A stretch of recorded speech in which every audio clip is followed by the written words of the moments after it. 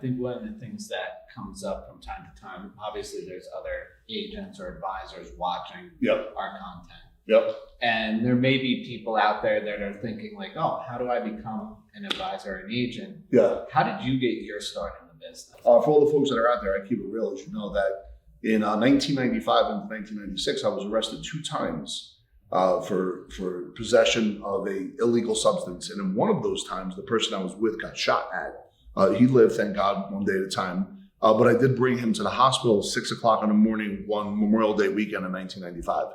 As a result of that, a good friend of mine at the time, or I should say a friend of mine who had just gotten arrested for arson, got a job on Wall Street as a stockbroker. I had no education in college. I had dropped out and I needed a job and I went to rehab. So after I went to rehab, and this was my journey to sobriety, I haven't had a drink since July 1996, this same person wound up going to jail. I'm not laughing. I'm just saying like the way the road works. And I had the good fortune of getting a job and having a training around Wall Street that taught me to make 400 dials every single day. And as a result of those 400 dials, I was able to open up a whole lot of brokerage accounts from 1998 to 2004. And I was sober, still am. And in opening those accounts, I learned the art of influence in that I wasn't able to apply it to other areas, but how to have a communication with somebody over 6 to 10 minutes, bring them to an energetic peak state to buy a stock over the phone. But I had no education when it came to planning.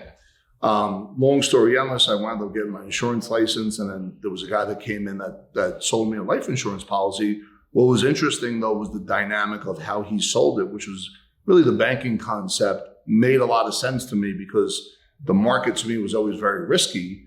And I had decided to bring this into my world and get away from stocks and go as a team to life insurance and more mutual funds. And this is between like 2005 and 2012. Our advancement now is far beyond that. I no longer have a 7. I am not a fiduciary. We have one of those down the hall. But what we do is, we're here to really be able to kind of provide world-class education, represent the client, not the mothership, and be able to give clients the opportunity to not only feel accepted no matter what their money value was, but more importantly, the tools and being able to help them in decision-making when it comes to their money time freedom, and be very truthful with them about certain things that are risky and certain things are not. I have one client of mine, love the dude to death, really got mad at me when I told him at the height of Bitcoin, if he puts more than 5 or 10% of his money in there, he's going to get in trouble. And, although he didn't admit it, I know that there was a bunch of people in that circle that did do it.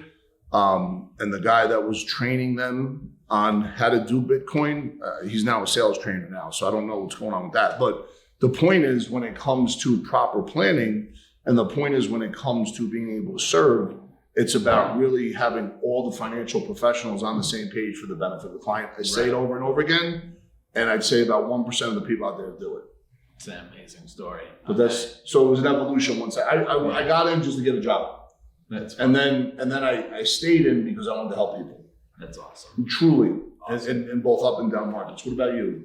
What was the reason why you got into the financial planning space? So 2008, right? The recession, or Great Recession that hit. I remember at the time I was running family business. We have an automotive repair center. Prior to that, I had run a bunch of car dealerships, and that's kind of how I grew up, always on the service end of things. And when 2008 hit, we worked with a lot of contractors. We serviced a ton of vehicles. It felt like 50% of our revenue went away overnight. And it probably did. It did. Yeah. There was a lot of restructuring that went on, but it made me think that there's got to be something better out there. Yeah. Because I remember watching CNBC and all this stuff, thinking I knew a lot about the market and all this.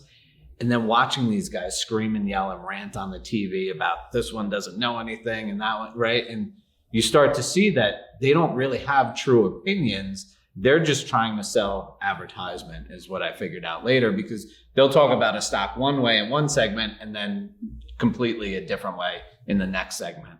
So in the wanting to learn more and become educated, I went back to college, finished my bachelor's degree in economics, thought I was going to go work on Wall Street and investment banking because I thought that was the way to educate people. Yeah. Right. Being an investment banker, they know everything. But I was also at that time starting a family. Yeah. And so the hours weren't going to work for me. I had gotten an introduction to somebody in the business, and they said, hey, go, I'll send up your resume, go do an interview. And, I did do the interview. I almost didn't take the position. This was with a mothership carrier. And to me, it felt like a lot of insurance. Yeah. And it's funny to talk about that now because, so much of what we do is educating people on these products that they're not educated on. Yeah. There's so much education in the investment space. And in my opinion, a lot of lack of oversight in investment. Yep. But people aren't talking about the insurance products. And funny enough, the system that made me say, hey, you know what, there's something here. It was that LEAP system. Yeah. That idea of using these products in a different way to the benefit of the client. Yeah. So that's what got me started with Yeah. 08 wanting to Yep. help people. And I think what happens when people go to college, they don't realize that when they get a job, either on Wall Street or a law firm, that you actually have to be good and effective, influential communication and be good at sales. Yeah. The degree doesn't mean you're good at sales. And fortunately for people that don't understand and own it, yet unfortunately for people that resist it, if you went to college to become a lawyer and you don't know how to be in sales, unless you're going to do research law, you're going to be in trouble, Yeah. right? Same thing with, if you go to college for economics, if you don't know how to communicate with people, not in the way they teach you, but in a way to move them to action, you're going to be in trouble.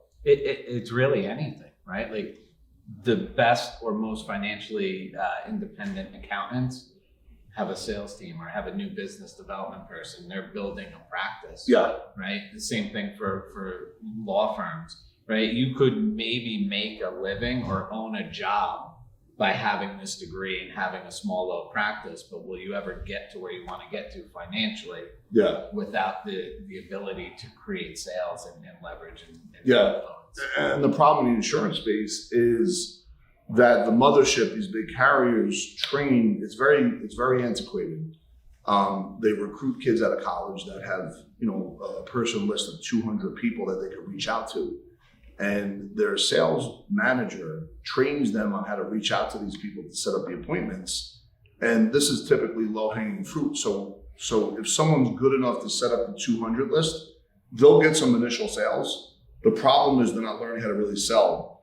And 95% of agents typically fail in the insurance space because once they're past their list of 200, they can no longer create those appointments that are easier. And as a result of it, because the pain becomes so great, they don't understand the importance of breaking through that. A lot of them fall to the wayside, yet the client still stays at the mothership. And the life cycle of a client typically on average buys about 6 different products over 20 or 30 years. So the mothership is designed to win, not the agent.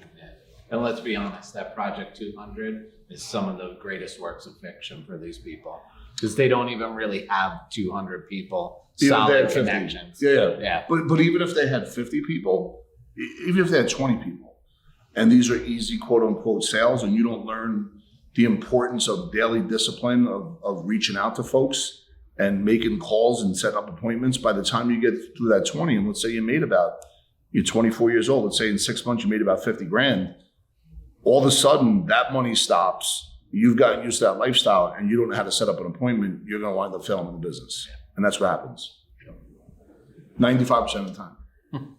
But the mothership wins. So does the GA and so does the sales manager. The sales manager wins that. I think so. The GA does. If they stay long enough, Yeah. the GA always wins. Yeah. And I'm not, listen, by the way, that's the GA model. And there's GAs that do very well in this space, right? But it's not an independent space. You're a captive agent. And with the captivity, there's a little bit of risk there. You're part of a gang, right? But they will turn their back on you very fast if you're not producing. And I understand that because it's business and it's not personal. Totally get it.